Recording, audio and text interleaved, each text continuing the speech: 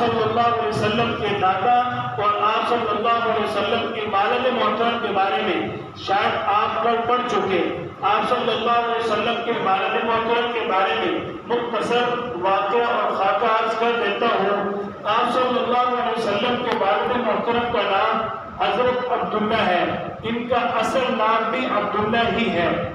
آپ صلی اللہ علیہ وسلم کے دادا عبد المطلب کی اجازت کے ساتھ شام کے علاقے میں تجارت کی غرض سے جاتے ہیں، واپسی پر بخار ہو جاتا ہے، بیمار ہو جاتے ہیں، تو یہ اپنے ننہال بنو نجار کے گھر آرام کے لیے ٹھہر جاتے ہیں۔ بنو نجار کا علاقہ مدینہ طیبہ کے ساتھ ہے۔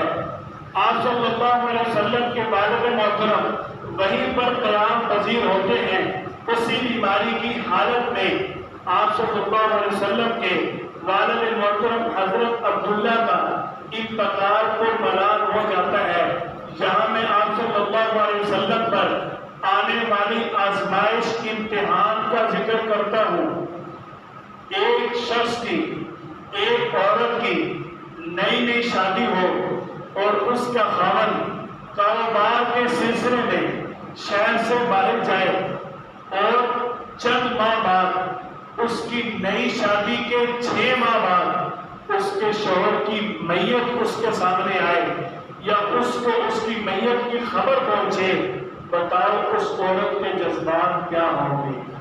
آپ صلی اللہ علیہ وسلم ابھی دنیا میں تشریف فرما نہیں ہوئے، ابھی اپنی والدہ محترمہ کے بطن مبارک میں ہے کہ آزمائش اور امتحان شروع ہو گئے، اور ہم اسلام کو پھولوں کی سیب سمجھتے ہیں۔ جو بھی اسلام کے لیے آئے اس کو یہ سمجھنا چاہیے کہ اگر میں اسلام میں آ رہا ہوں، اسلام کو قبول کرتا ہوں، مجھے ہر قربانی اللہ کے لیے دینی پڑے گی، ہر قربانی کے لیے تیار رہنا پڑے گا۔ آپ صلی اللہ علیہ وسلم کی ولادت باسعادت سے قبل ہی آپ صلی اللہ علیہ وسلم کے سر مبارک سے والد محترم کا سایہ اٹھ جاتا ہے۔ آپ صلی اللہ علیہ وسلم کی ولادت باسعادت سے تقریباً 55 دن پہلے واقعہ فیل جو آپ رات میں کل پڑا وہ پیش آیا۔ آپ صلی اللہ علیہ وسلم کی ولادت باسعادت ہوتی ہے 571 عیسوی ربیع الاول کے مہینہ میں۔ آپ صلی اللہ علیہ وسلم اس دنیا کے اندر رونق افروز ہوتے ہیں۔ آپ صلی اللہ علیہ وسلم کی جب ولادت باسعادت ہوتی ہے، حضرت آمنہ رضی اللہ تعالیٰ عنہ کا واقعہ حضرت عثمان بن ابی العاص رضی اللہ تعالیٰ عنہ کی والدہ محترمہ حضرت فاطمہ بنت عبداللہ فرماتی ہیں، میں حضرت آمنہ کے پاس تھی جب آپ صلی اللہ علیہ وسلم کی ولادت باسعادت ہوئی۔ آپ صلی اللہ علیہ وسلم کا گھر مبارک نور سے بھر گیا، اور میں دیکھتی ہوں کہ آسمان کے ستارے آپ صلی اللہ علیہ وسلم کے گھر کی طرف جھک کر آ رہے ہیں۔ مجھے یہ خوف ہوا کہیں یہ سارے ستارے میرے اوپر آ گرے۔ آپ صلی اللہ علیہ وسلم کی جب ولادت باسعادت ہوتی ہے، قیصر و کسریٰ کا جو دربار ہے اس کے تمام کنگر گر جاتے ہیں۔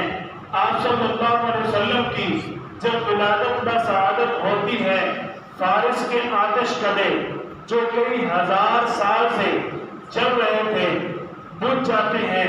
آپ صلی اللہ علیہ وسلم کی جب ولادت باسعادت ہوتی ہے، حضرت عباس رضی اللہ تعالیٰ عنہ فرماتے ہیں، آپ صلی اللہ علیہ وسلم مختون پیدا ہوئے۔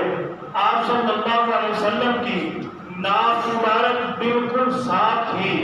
آپ صلی اللہ علیہ وسلم کے جسم اطہر پر کسی قسم کی کوئی علائش، کوئی گندگی نہیں تھی۔